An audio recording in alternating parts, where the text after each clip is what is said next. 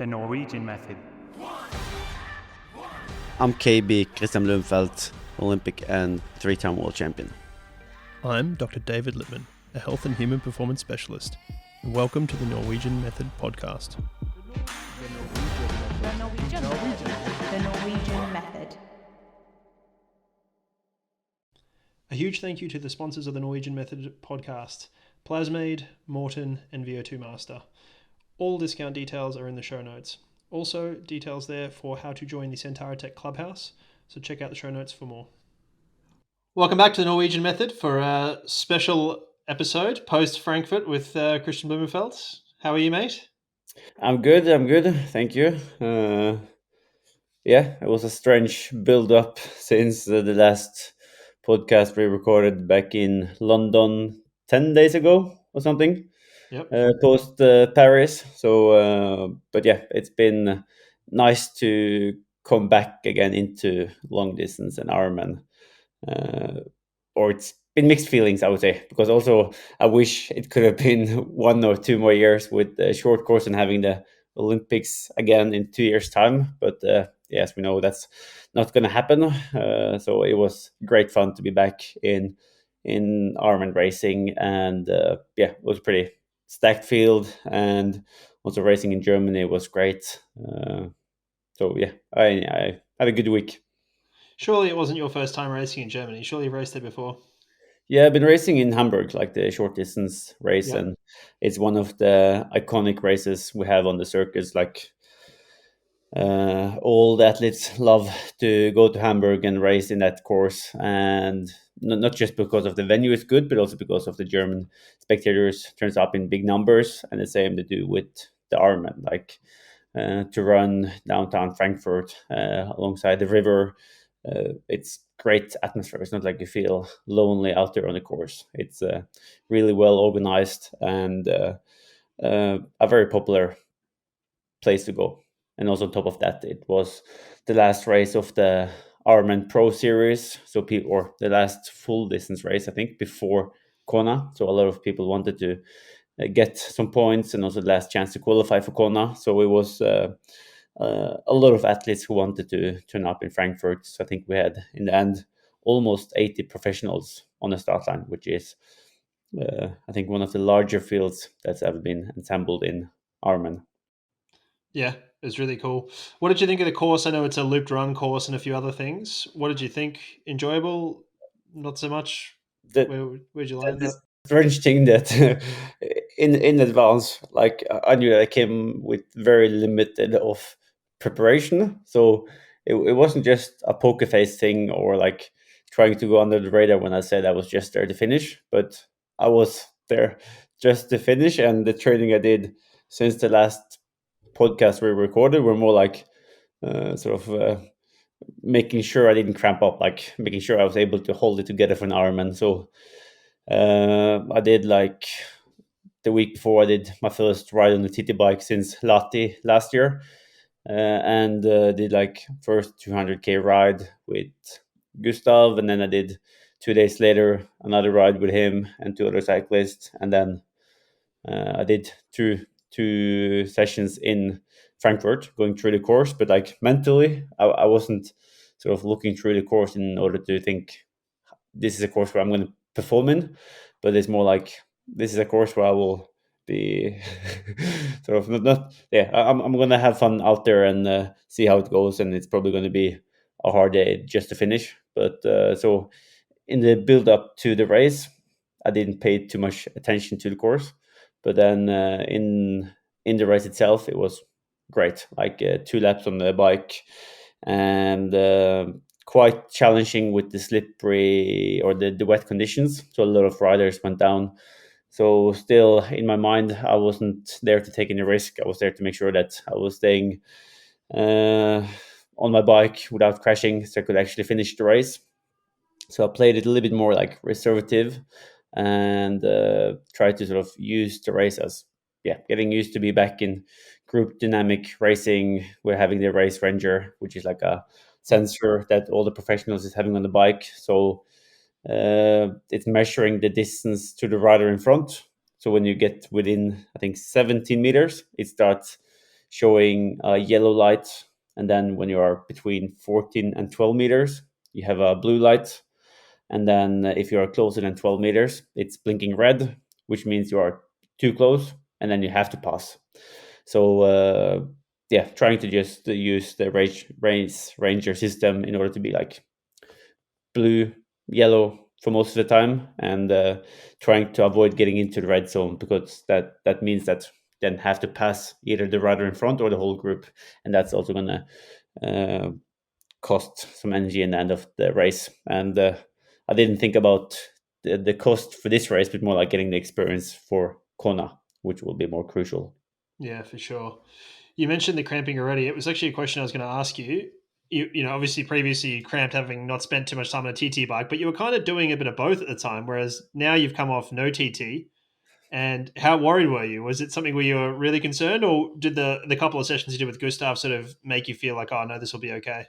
No, no, no. I was there to, like, when I was standing on the start line, I was thinking that okay, I'm gonna race as hard as I can until the wheels comes off. Like, I was sort of prepared to only survive for 3, 4, 5 hours. So um, I was quite surprised how I was able to hold it together until the second half of the bike, and I thought it was a little bit difficult to have like control on like who were where. So I actually thought that it was a larger group up front, because in T1 I was also thinking that it's a way I can try to do like Sam Laidlaw is doing, like using another 20, 25 seconds to put on like the aero cuffs on the legs, and doing like those small things. So I thought that I came um, onto the bike further down in the group than what I was. So it took me actually 160k before I realized that uh, I was riding in a group who was like in the third, fourth position on course, and we only had two guys up front instead of 10 to 15 guys. So until that point, I thought that like the race for the podium was up front on the course. So then I was more like hoping that, yeah, when I'm coming off the bike, I hope to be able to run with the guys I'm around. Maybe it's going to feel okay with 3:45 pace. Maybe it's going to feel good with 4:45. I wasn't really sure. But then when I started running, like I felt quite good and very like bouncy in the stride. So uh, that was like a good experience. Yeah. And other than the long rides, did you do anything to prep for, the coming off the bike and not cramping? Did you do some brick sessions? Did you do runs after those? Or was it just, hey, let's just bike and hope I'm in okay shape? I did most of the days, maybe like around 20 Ks on the run. So I took some time off after the mixed relay from cycling. So I did like maybe 5 or 6 days without cycling, where I only swam and run like 20K a day. And I had, I think, one session where I tried to do 30K the week before, where I ended up at like 27 because I was quite smashed in the quads. And then 2 days later, I think I did a 30K run where I did the first like 15 to 17K in the mountains. So I was maybe on my feet for like 3.5 hours and just try to really get that muscular sort of almost getting to the stage where the legs is feeling smashed, not just because of the distance, but also because of the duration. And then I rested until the race. Yeah. And you already talked a bit about mentality in terms of, oh, I think I'm in 13th, 14th. And then you realize you're in fourth. You're obviously hoping not to fall to pieces there. But what do you think about the psychology of that racing comparatively? Because usually you're in the front and you know it, right? Does it make it easier or harder? Were you surprised? Like, I'd love to understand, like, not just what goes through your head from oh, I don't want to lose this now, more just like oh, this is weird and I don't, how does that change things for you? Uh, I guess it made it easier to just get through the first half of the course or the bike course, because I didn't really think too much of the tactic. Like sometimes I just went sort of to the front of my group and tried to push a little bit harder and to sort of not just be a sort of a guy in the group who is sort of disturbing the rhythm of the sort of the the group dynamic. But in the same time, I knew that it wasn't, or I felt it wasn't my job to pull everything around because still in my mind, like I was there to finish. So I just tried to make sure that the cadence was all right and that I got enough fluid in. But I think also it was a little bit easier the fact that it was cooler, like it was raining for the first 2 hours, I think, on the bike before it got a little bit drier. So there again, like it made it easier to get through uh, the first half of the bike without getting dehydrated. Like that's going to be a different game when we get to Kona. Well, speaking of the hydration, let's go there now. You had perhaps the most impressive thing for me was how fast you could run while you were having a vomit, mate. What went on? Yeah, so that's also one of the things. Uh, I slept well the days before the race, but I didn't do time zone adjustment because race morning you have to, I think I woke up 3 o'clock because I had to take the bus 4 o'clock to transition, 4 o'clock in the morning. So I guess my stomach, I wasn't able to get out my morning shit in before the race because normally if you wake up suddenly like 4 hours before what you did the day before or like your normal rhythm, even though you even though I slept well, like my stomach wasn't into that rhythm, so I still had unfinished business uh, when I started running. So it wasn't really a big surprise. But then I was like trying to hold it back for as long as possible, and it was a few times I ran through the aid station and tried to sort of should I go in, and then I didn't really go to a toilet when it was suddenly like occupied, and uh, I think on that aid station where I went through first, I saw like the toilet in the beginning of the aid station, and then I sort of start getting prepared if I saw it again on the other side of the aid station, and I think one of the left side I think was occupied. So luckily the right one was available, so I didn't have to like undress and then either stand there and wait. And also I was then running with a gap of like 20 seconds down to second place, and I was for a few Ks like trying to sort of not stress about potentially being caught up because I thought it could have been nice to be running together on the third lap. So then I thought that if I'm quick on the toilet, maybe I will come behind him, like 5 or 10 seconds behind him out of the toilet, and then I can sort of run in his back for the third lap before trying to make a move. So as I was sitting there on the toilet, I was like looking at the watch, and I was actually done in 8 or 10 seconds with the shit. But then I was still sort of urinating, so I'm thinking, should I just finish this one now and get out of the toilet in 15 seconds, or should I sit for another 5 seconds and just finish the business? So I was, yeah, I finished the business and then quickly out again and try to see where he was, and he was just behind me. So then I managed to sort of open up the gap again. And do you have your actual split time for that? Do you know your total split? I think it was around 25 seconds. Like, that's real quick. And then you had a bit of, was it before or after you had a bit of a vom already? A Oh, that vomit? was on the third lap. So uh, I'm not sure if it was the throat or the stomach itself, because sometimes I'm getting like irritation in the throat, and um, when I then start like getting the vomit or like the reflex, then it just all came up, and like no matter how you're racing, like the sort of the 20 to 30k mark in an Ironman on the run is the time we're often struggling the most as well, and both mentally and physically, because you have been out for you're basically as tired you are as you're crossing the finish line, but you still have like 40 to 60 minutes left of running, and, and then yeah, I puked up everything I had in my stomach like 3 or 4 times, and then I knew that it would be crucial to be able to get more liquid into into the next aid stations. So then I slowed down a little bit more the pace as I came into the aid station, and also in the same time I got feedback on course that I was increasing the gap. So I was able to actually slow down my own pace and in the same time increase the gap. So I gave it a little bit more like a safe pillow when I came to my pacing, and I was able to sort of get more Morton on board.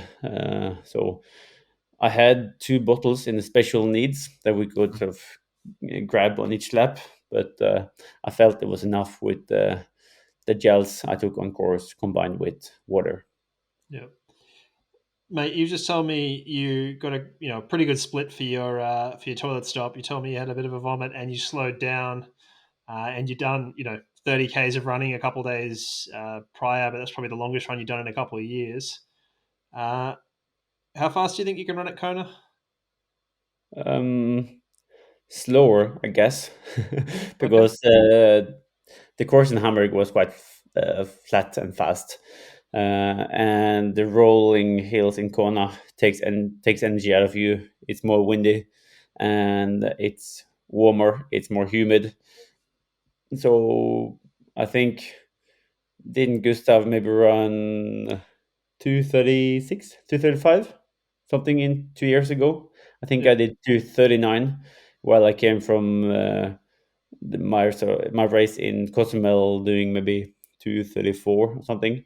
So I run a couple of minutes slower in Kona compared to what I did in a flat course. But hopefully, if I feel this good coming off the bike in Kona, yeah, I should be able to run faster than 2:39. And do you think that, I mean, regardless of whether it's you, do you think the Kona run record is a chance of being broken this year? I think it's being, yeah, I would say so. Yeah. Okay. Speaking of Gustav, mate, have you got a text from him yet, or are you guys still not on speaking No, it terms? was actually, I guess, as I told him, you were so surprised that he didn't text me after Paris, that he actually texted me after Frankfurt now. And Okay. I think he sent me a snap of him watching the YouTube live stream from Ironman. Awesome. That's awesome And to hear. I think he was sort of also, or he was taking pictures of the comment section, and I think he was reflecting like, or like talking about like uh, people saying that I was too much like Ironman trained going into Paris, sort of the same we've been talking about a little bit internally. Well, let's talk about that, mate. So obviously, you told me on the last podcast you think you probably did a little bit of what looked a bit too much like half Ironman training, not quite enough Olympic distance.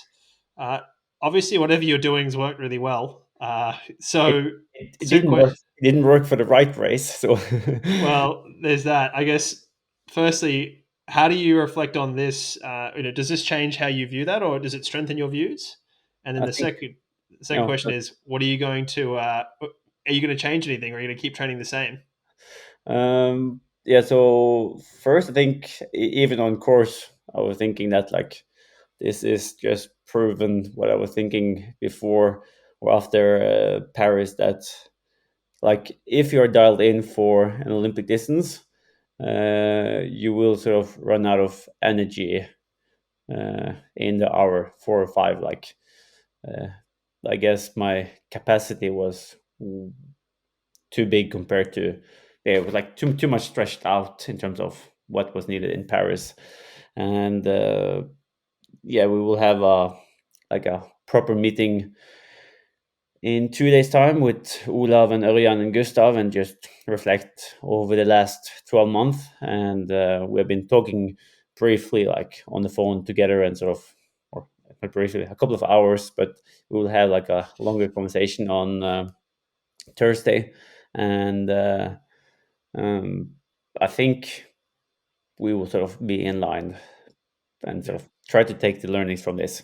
And I think the main thing that was missing was maybe the workload around like a 30 to 40 minutes of intensity, a little bit split it up in maybe between 3 to 10 minutes of workload, and really getting the heart pumping a little bit more.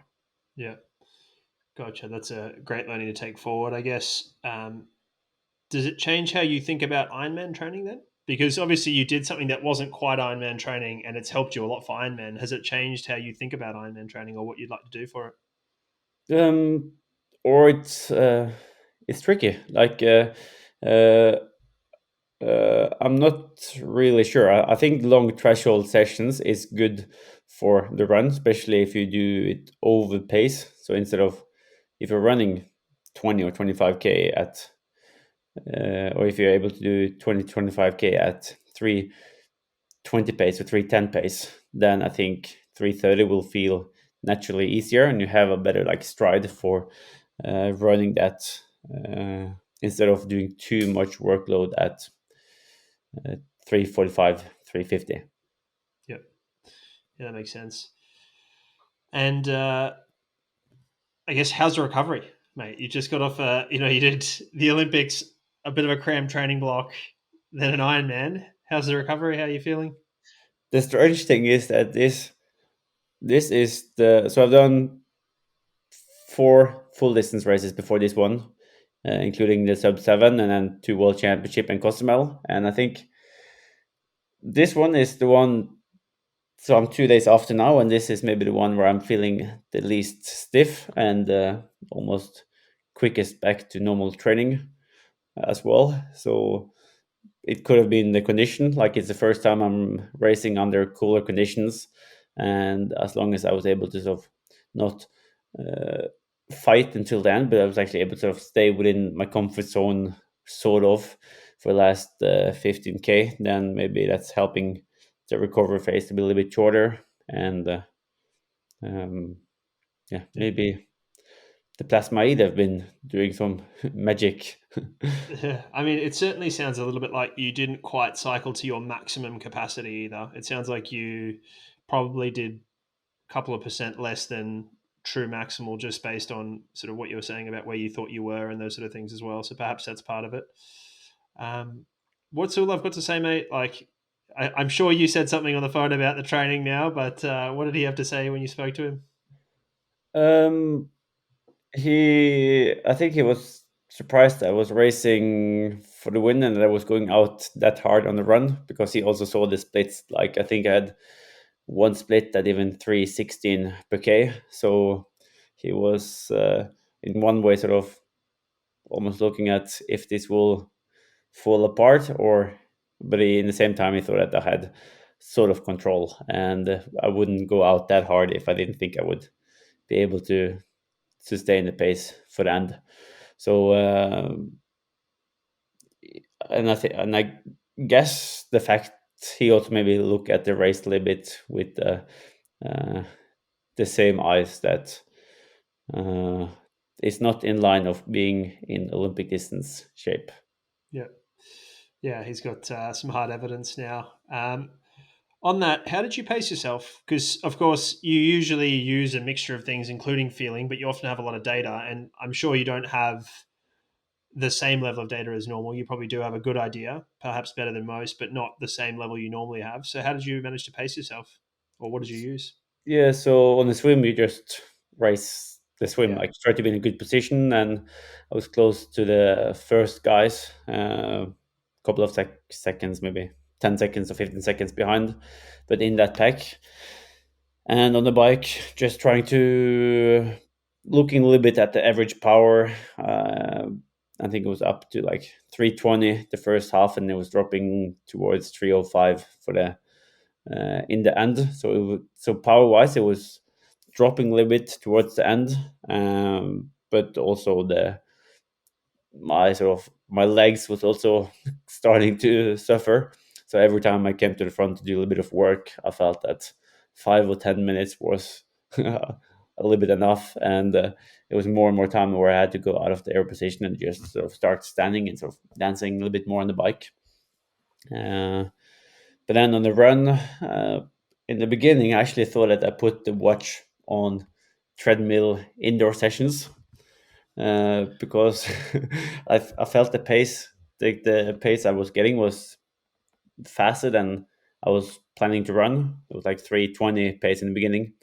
And I thought that, okay, that's maybe because the watch is connected to the heart rate belt instead of the GPS. And that's why it's reading a bit wrong before it took like a few Ks before I realized that the pace was right. And then I was more like thinking that I am going to catch Kristian, the Danish guy who was in front, uh, comfortably, and so I can actually almost like ease off a little bit on the gas. And even when I eased off, I was still able to run comfortably at 3:30 or 3:35. So then it's more like trying to just lean forward, be in a nice rhythm, and making sure that I'm getting the energy in. But I was also thinking that I can run hard until 21, 30K and potentially blow up, but it's going to be fun. And were you enjoying that racing, or were you enjoying testing yourself? I guess is the question. I mean, is the fun from getting to race the other people, or is it about getting to test yourself and really find your limits there? I would say it was fun both, like both to be back and being in a group dynamic. Like it's different when you have so many guys, almost 80 guys on the start line, and you can't just go by your own power, but you have to sort of be like floating depending on how the guys around are riding. And like we had a small cobble section where people tend to sort of really push hard in order to break up the gap in the group. And there I had to sort of stay alert and sort of push hard for a few extra Ks in order to be able to stay in sort of that group. But in the same time, super slippery. So just try to stay on the safe side. Yeah. Now, obviously, we talked previously. We talked about Olympic distance racing in terms of some of the slippery races you had. I think it was Yokohama from memory. Obviously, bike handling skills much more important in the Olympic distance stuff. Now you've got that experience, and you told me you came down just off the leaders in the swim, which is a little bit less common for you as well.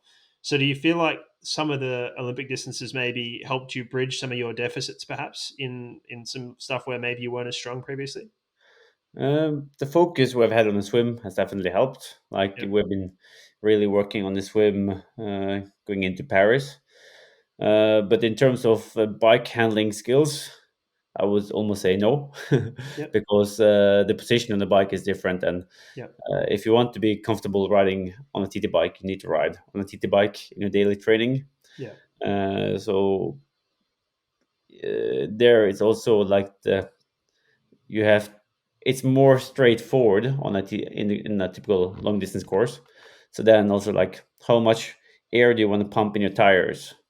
Like if you're doing a technical course in short course and you know that it's going to be slippery, then you take down the pressure in the tire to the absolutely minimum. So then you have more grip because you know that the rolling resistance isn't that important compared to the grip. But here it's more you're thinking you can take it a little bit easier in the corners and slow down a little bit there in order to save more time on the flatter section where you're having higher speed. Okay, so you didn't even change your tire pressure too much. It's more about, I guess, tactical adjustments than it is about Mm. equipment adjustments. Okay, that makes sense. You can imagine if you're riding in a group or like 12 meters behind, and there's like 6, 7 guys in a row, and the guy in front of you have pumped up his tires quite a lot. And if you then have a low tire pressure, it's not like you can overtake him in the technical section because he's slowing down. You still have to sort of either pass everyone or stay behind at your pace. So as long as the guy in front of you takes it a little bit easier, then everyone takes it easier. Yeah, that makes pocket loads of sense. Last one I had for you. You've obviously told me you've pulled up really well. You're not that sore compared to previous. You obviously just performed really well. You mentioned a couple of training sessions, but I really don't think they made a huge difference for much aside from perhaps the psychology here. We've also talked a little bit about volume previously, but I think it'd be helpful for people to understand what you were sort of doing in maybe like weekly volumes a month out from say from Paris, so they can get an idea of like how is this possible to succeed. I guess so. Training volumes. The weekly volume, the last month, so I think we went down to sea level like 3 weeks from Paris. Yep. So then we did try to do shorter sessions.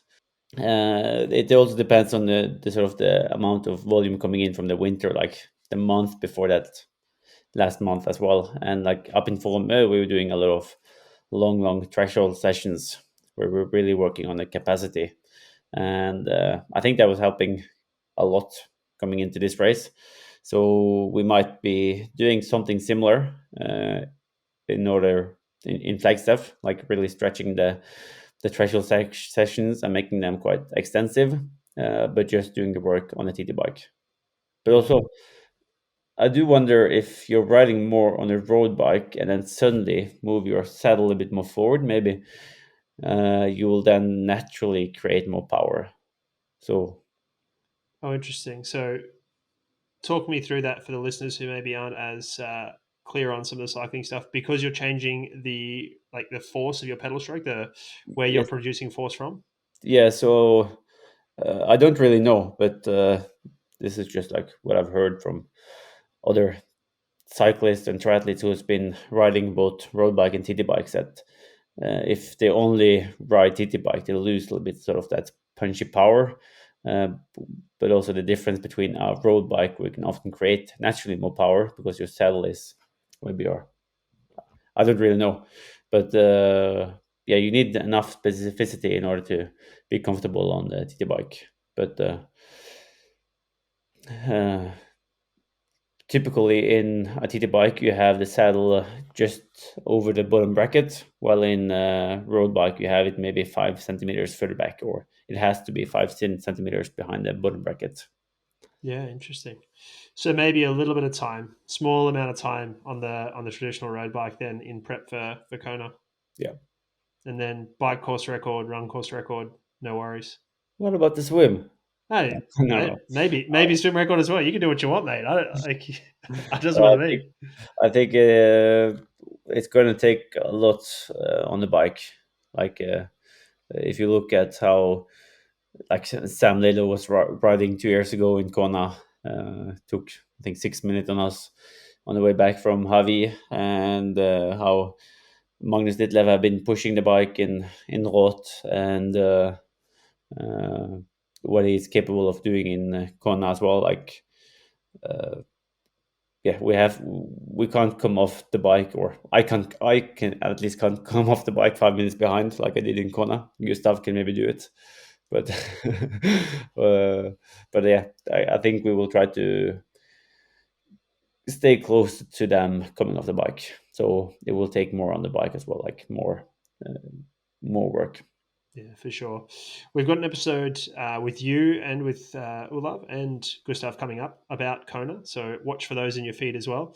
Thanks again for joining us this evening, particularly as you recover or don't need to recover, but are spending some time at home.